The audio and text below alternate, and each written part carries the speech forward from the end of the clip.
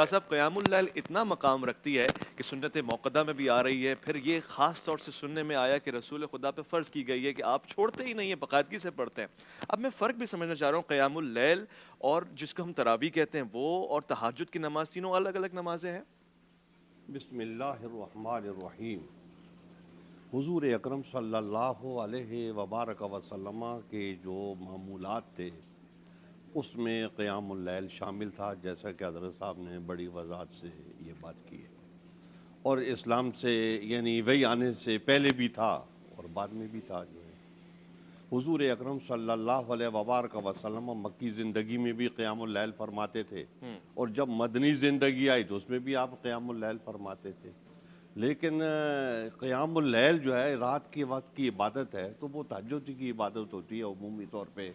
کہ ایک دفعہ آدمی سو جاتا ہے تو پھر اٹھتا ہے، تو اٹھنے کے بعد وہ جو بھی وقت ہوتا ہے وہ تہجد کا ہوتا ہے، اس وقت آدھی رات کو جو ہے نا، تو وہ جب سارا عالم جو ہے غفلت میں ہوتا ہے، اور اس وقت وہ شخصیت جو ہے وہ اللہ جل جلالہ کے دربار میں کھڑی ہوتی ہے، پھر حضور اکرم صلی اللہ علیہ وبارک وسلم کی مطابعت میں کھڑی ہوتی ہے۔ اب آ گیا رمضان کا مسئلہ، تو رمضان میں تھوڑی سی بحث ہے کہ یہ قیام اللیل اور یہ تہجد ایک ہی ہے، اور یہ جو ہے نا تراویح وہی ہیں، کوئی اس کے علاوہ نہیں۔ مطلب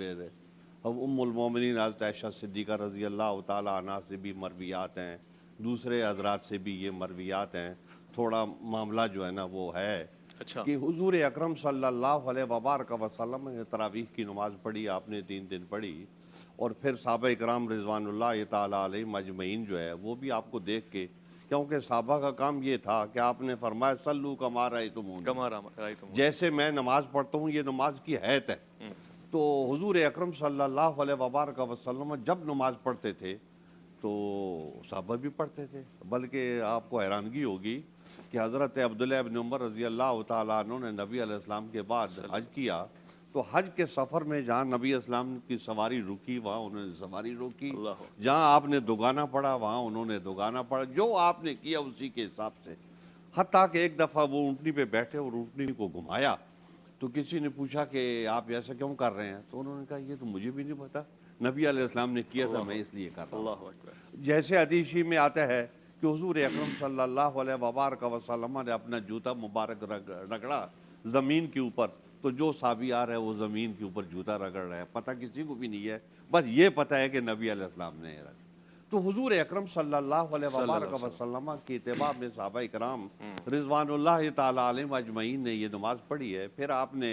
اس کو چھوڑ دیا، اس لیے چھوڑ دیا کہ یہ کہیں فرض نہ ہو جائے، جی، فرض نہ ہو جائے، کیونکہ حضور اکرم صلی اللہ علیہ وبارک وسلم کے عمل میں دوام آ جائے تو وہ امت کے لیے لازم ہو جائے، تو اور شاک گزرے۔ نبی اسلام کو یہ بات جو ہے نا اچھی نہیں لگتی، زیادہ بوجھ امت پہ پڑے، آپ کو یہ بات اچھی نہیں گراں لگتی گزرتی تھی، ہے آپ، تو اس لیے آپ نے اس کو ترک کر دیا، لیکن صحابہ اکرام پڑھتے رہے اپنے اپنے طور پہ جو ہے۔ اچھا،